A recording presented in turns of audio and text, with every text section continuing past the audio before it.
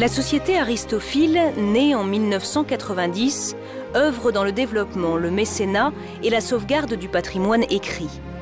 C'est après avoir acquis par hasard des lettres datant du siège de Paris que son fondateur, Gérard Lhéritier, s'est découvert une passion, devenue vocation, autour des autographes.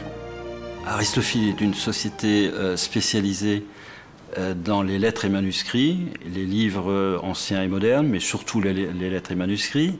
Et cette société cherche, achète, expertise et vend des lettres et manuscrits. Ces lettres correspondent à des moments précis de l'existence d'un auteur.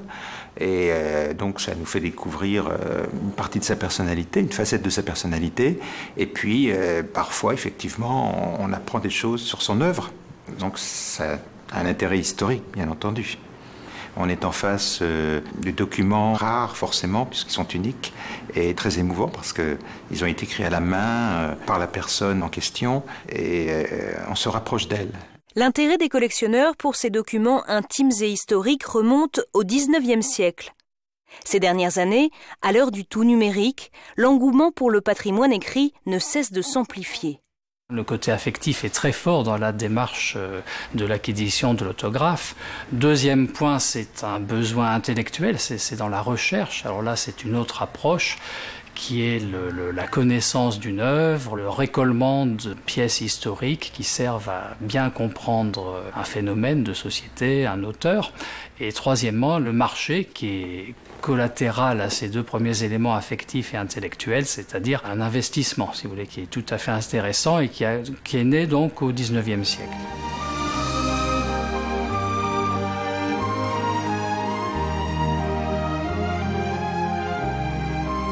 Aujourd'hui, Aristophile joue un rôle majeur dans la perception de ce marché. La société publie ainsi une lettre trimestrielle et une revue qui promeuvent le patrimoine écrit et le révèlent au grand public. Les émissaires d'Aristophile parcourent le monde à la recherche de trésors inédits. Les achats se font auprès des collectionneurs et dans les ventes publiques. Toutes les pièces sont soigneusement expertisées avant d'être proposées aux adhérents d'Aristophile. La première chose qu'on va regarder, c'est d'examiner si le document est bien authentique, si c'est un papier de l'époque, si c'est bien de l'encre et ça n'est pas une bonne reproduction. Donc il faut d'abord bien être sûr que la lettre est entièrement écrite ou si elle n'est que signée et éventuellement corrigée. Et puis ensuite, on examine le contenu du document, on essaye de le situer historiquement dans son contexte, puisque de ce contenu, de cet intérêt du document va dépendre effectivement la valeur. D'une manière générale, plus le contenu de la lettre est en rapport avec l'activité du scripteur, de celui qui l'a rédigé, mieux c'est. Un peintre qui parle de peinture, c'est toujours mieux. L'idéal, c'est une lettre de peintre avec un dessin dedans, ou évoquant l'une de ses œuvres. Aristophile compte 7000 adhérents qui investissent en fonction de leurs moyens et de leurs aspirations, depuis l'acquisition d'une simple lettre jusqu'à la constitution d'une collection. Nos adhérents peuvent accéder à des pièces qui sont très rares et très chères, puisqu'ils peuvent, par une convention spéciale, être copropriétaires par un système d'indivision. Ils savent aussi que quand ils participent au rapatriement d'une collection, qu'ils font un geste quand même important au niveau de la culture nationale. Aristophile a ainsi permis le rapatriement en France de pièces exceptionnelles, comme une abondante correspondance de Napoléon, le manuscrit sur la relativité générale d'Einstein et Bessot, le testament politique de Louis XVI. D'autres pièces, comme les lettres de Saint-Exupéry et le manifeste du surréalisme, ont été achetées aux enchères.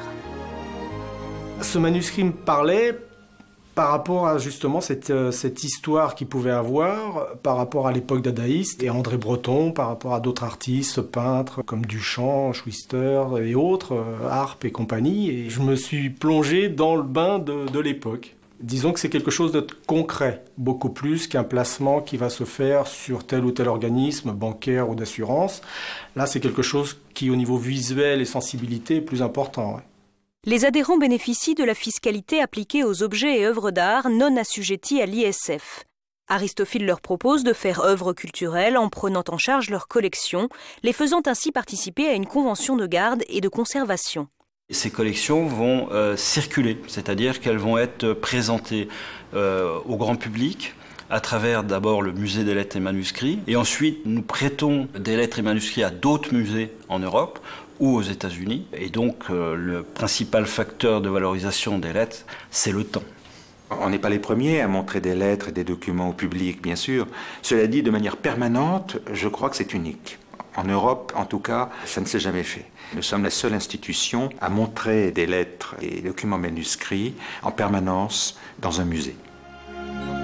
Le musée des lettres et manuscrits, ouvert depuis 2004, dévoile au public des originaux écrits ou signés de la main des plus grands écrivains, peintres, musiciens, scientifiques ou hommes d'État de notre histoire. On remonte l'histoire. Nous partons de chartes signées par le fils et le petit-fils de Charlemagne. Donc on part, disons, de août 825 et on arrive jusqu'au XXe siècle, en passant tous les siècles, tous les bouleversements, les découvertes. Et effectivement, la lettre et le manuscrit, c'est un fil conducteur pour remonter le temps.